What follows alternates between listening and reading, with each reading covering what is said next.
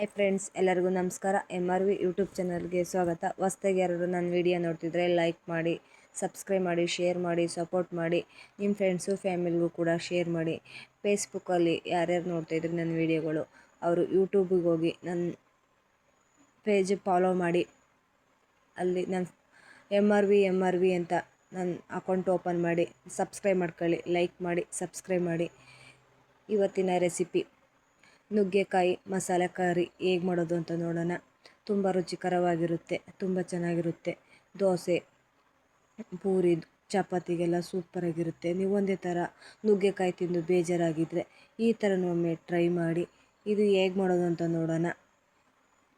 ಒಂದು ಸ್ಟವ್ ಮೇಲೆ ಒಂದು ಪಾತ್ರೆ ಇಟ್ಕೊಂಡು, ಪಾತ್ರೆ ಬಿಸಿ ಆದಮೇಲೆ 1-2 ಸ್ಪೂನ್ ಎಣ್ಣೆ ಹಾಕ್ಕೊಂಡು, ಎಣ್ಣೆ ಬಿಸಿ ಆದಮೇಲೆ ಇಲ್ಲೊಂದು 2 ಸ್ಪೂನು ಕಡಲೆ ಬೀಜ ಸೇರಿಸ್ಕೊಂಡು ಚೆನ್ನಾಗಿ ಫ್ರೈ ಮಾಡ್ಕೊಳ್ಳೋಣ. ಹಸಿ ಸ್ಮೆಲ್ಲೆಲ್ಲ ಹೋಗೋವರೆಗೂ ಚೆನ್ನಾಗಿ ಫ್ರೈ ಮಾಡ್ಕೋಬೇಕು. ಇವಾಗ 1-2 ಸ್ಪೂನು ಧನಿಯಾ ಕಾಳನ್ನು ಹಾಕ್ಕೊಂಡು ಚೆನ್ನಾಗಿ ಫ್ರೈ ಮಾಡಿಕೊಂಡು ಹಸಿ ಸ್ಮೆಲ್ಲೆಲ್ಲ ಹೋಗ್ಬೇಕು, ಅಲ್ಲಿವರೆಗೂ ಚೆನ್ನಾಗಿ ಫ್ರೈ ಮಾಡ್ಕೋಬೇಕು. ಇಲ್ಲೊಂದು 3 ಸ್ಪೂನು ಒಣ ಕೊಬ್ಬರಿ ತೊಗೊಂಡು ಸೇರಿಸ್ಕೊಂಡಿದ್ದೀನಿ. ನೀವು ಇಲ್ಲಿ ಹಸಿ ಕೊಬ್ಬರಿನಾರ ಸೇರಿಸ್ಕೋಬೋದು. ಹಸಿ ಕೊಬ್ಬರಿ ಸೇರಿಸಿದ್ರೆ ಚೆನ್ನಾಗಿ ನೀರಿನಂಶ ಎಲ್ಲ ಚೆನ್ನಾಗಿ ಸೀದೋಗೋವರೆಗೂ ಚೆನ್ನಾಗಿ ಫ್ರೈ ಮಾಡ್ಕೋಬೇಕು. ಒಂದು ಚಕ್ಕೆ, 1-3 ಲವಂಗ, 1 ಏಲಕ್ಕಿ ಹಾಕಿ ಚೆನ್ನಾಗಿ ಹಸಿ ಸ್ಮೆಲ್ಲೆಲ್ಲ ಹೋಗೋವರೆಗೂ ಚೆನ್ನಾಗಿ ಫ್ರೈ ಮಾಡ್ಕೊಳ್ಳೋಣ.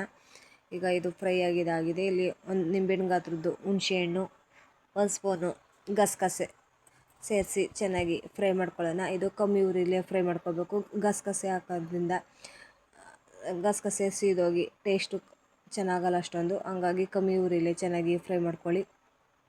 ಚೆನ್ನಾಗಿ ಇದು ಫ್ರೈ ಆಗಿದೆ. ತಣ್ಣಗಾಗಲು ಸೈಡಲ್ಲಿ ಎತ್ತಿಟ್ಕೊಳ್ಳೋಣ. ಒಂದು ಮಿಕ್ಸಿ ಜಾರ್ ತೊಗೊಂಡು ಒಂದು ಮೀಡಿಯಮ್ ಸೈಜ್ದು ಈರುಳ್ಳಿ, ಒಂದು ಮೀಡಿಯಮ್ ಸೈಜ್ದು ಟೊಮೊಟೊ, ಒಂದು ಅರ್ಧ ಪೀಸು ಶುಂಠಿ, ಒಂದು ಗೆಂಡೆ ಬೆಳ್ಳುಳ್ಳಿ, ಒಂದು ಸ್ವಲ್ಪ ನೀರು ಹಾಕಿ ಪೇಸ್ಟ್ ಮಾಡ್ಕೊಳ್ಳೋಣ. ಈಗ ಇದು ರುಬ್ಬಿದಾಗಿದೆ, ಸೈಡಿಗೆ ಎತ್ತಿಟ್ಕೊಳ್ಳೋಣ. ಈಗ ಒಂದು ಪಾತ್ರೆ ಇಟ್ಟು ಸ್ಟವ್ ಮೇಲೆ ಒಂದು ಪಾತ್ರೆ ಇಟ್ಟು, ಪಾತ್ರೆ ಬಿಸಿ ಆದಮೇಲೆ 1-2 ಸ್ಪೂನ್ ಎಣ್ಣೆ ಹಾಕ್ಕೊಂಡು 1 ಸ್ಪೂನ್ ಜೀರಿಗೆ, ಉದ್ದು ಕಚ್ಚಿರೋವು 1-2 ಹಸಿಮೆಣ್ಸಿನ್ಕಾಯಿನೂ ಸೇರಿಸಿ ಚೆನ್ನಾಗಿ ಫ್ರೈ ಮಾಡ್ಕೊಳ್ಳೋಣ. ಇಲ್ಲಿ ನೀವು 1-2 ದಿನ ಗೊಜ್ಜಿಡೋದಾರೆ ಒಂದು ಸ್ವಲ್ಪ ಜಾಸ್ತಿ ಎಣ್ಣೆ ಹಾಕೊಳ್ಳಿ. ಒಂದು ಸ್ವಲ್ಪ ಜಾಸ್ತಿ ಎಣ್ಣೆ ಹಾಕೊಂಡ್ರೆ 1-2 ದಿನ ಇಟ್ಕೋಬೋದು, ಹಂಗಾಗಿ ಒಂದು ಸ್ವಲ್ಪ ಜಾಸ್ತಿ ಎಣ್ಣೆ ಹಾಕ್ಕೊಳ್ಳಿ. ನಾನಿಲ್ಲಿ 1 ದಿನಕ್ಕೆ ಆಗಂಗೆ ಮಾಡ್ತಾಯಿದ್ದೀನಿ, ಹಂಗಾಗಿ ನಾನು ಇಲ್ಲಿ 1-2 ಸ್ಪೂನ್ ಎಣ್ಣೆ ಹಾಕ್ಕೊಂಡಿದ್ದೀನಿ, ಸಾಕು. ಈಗ ಚೆನ್ನಾಗಿ ಫ್ರೈ ಮಾಡ್ಕೊಳ್ಳೋಣ. ಹಸಿ ಸ್ಮೆಲ್ಲೆಲ್ಲ ಹೋಗೋವರೆಗೂ ಚೆನ್ನಾಗಿ ಫ್ರೈ ಮಾಡ್ಕೊಂಡು ಅದು ಫ್ರೈ ಆಗಕ್ಕೆ ಬಿಟ್ಬಿಟ್ಟು ಒಂದು ಮಿಕ್ಸಿ ಜಾರ್ಗೆ ಹುರಿದಿಟ್ಕೊಂಡಿರೋ ಕೊಬ್ಬರಿ, ಕಡಲೆಬೀಜ, ಧನಿಯಾ ಕಾಳು ಎಲ್ಲನೂ ಹಾಕಿ ಒಂದು ಸ್ವಲ್ಪ ನೀರು ಹಾಕಿ ಪೇಸ್ಟ್ ಮಾಡ್ಕೊಬರೋಣ. ಈಗ ಇದು ಪೇಸ್ಟ್ ಆಗಿದೆ. ಈಗ ಸೈಡಿಗೆ ಎತ್ತಿಟ್ಕೊಳ್ಳೋಣ. ಈಗ ಇದು ಮಸಾಲೆ ಫ್ರೈ ಆಗಿದೆ. 1-2 ಕಡ್ಡಿ ಕರಿಬೇವು ಹಾಕ್ಕೊಂಡು ಅದನ್ನೂ ಕೂಡ ಸೇರಿಸಿ ಫ್ರೈ ಮಾಡ್ಕೊಳ್ಳೋಣ. ಚೆನ್ನಾಗಿ ಫ್ರೈ ಮಾಡ್ಕೋಬೇಕು. ಈಗ ನುಗ್ಗೆಕಾಯಿನೂ ತೊಳೆದು ನೀಟಾಗಿ ನುಗ್ಗೆಕಾಯಿನೂ ಸೇರಿಸ್ಕೊಂಡು ಚೆನ್ನಾಗಿ ಫ್ರೈ ಮಾಡ್ಕೊಳ್ಳೋಣ. ಚೆನ್ನಾಗಿ ಫ್ರೈ ಆಗಬೇಕು ನುಗ್ಗೆಕಾಯಿ, ಮಸಾಲೆ ಎಲ್ಲನೂ ಹಿಡಿಬೇಕು ನುಗ್ಗೆಕಾಯಿ, ಅಲ್ಲಿವರೆಗೂ ಚೆನ್ನಾಗಿ ಫ್ರೈ ಮಾಡ್ಕೊಳ್ಳೋಣ. ಇದು ಚೆನ್ನಾಗಿ ಫ್ರೈ ಆಗಿದೆ. ಇವಾಗ ಕಡಲೆ ಬೀಜ, ಕಾಯಿ ಎಲ್ಲ ರುಬ್ಕೊಂಡಿದ್ವಲ್ಲ ಆ ಮಸಾಲೆನೂ ಸೇರಿಸ್ಕೊಂಡು ಚೆನ್ನಾಗಿ ಫ್ರೈ ಮಾಡ್ಕೊಳ್ಳೋಣ. ಜಾರ್ ತೊಳೆದು ನೀರನ್ನು ಕೂಡ ಸೇರಿಸ್ಕೊಳ್ಳೋಣ. ಅದನ್ನು ಸೇರಿಸಿ ಚೆನ್ನಾಗಿ ಫ್ರೈ ಮಾಡ್ಕೊಳ್ಳೋಣ.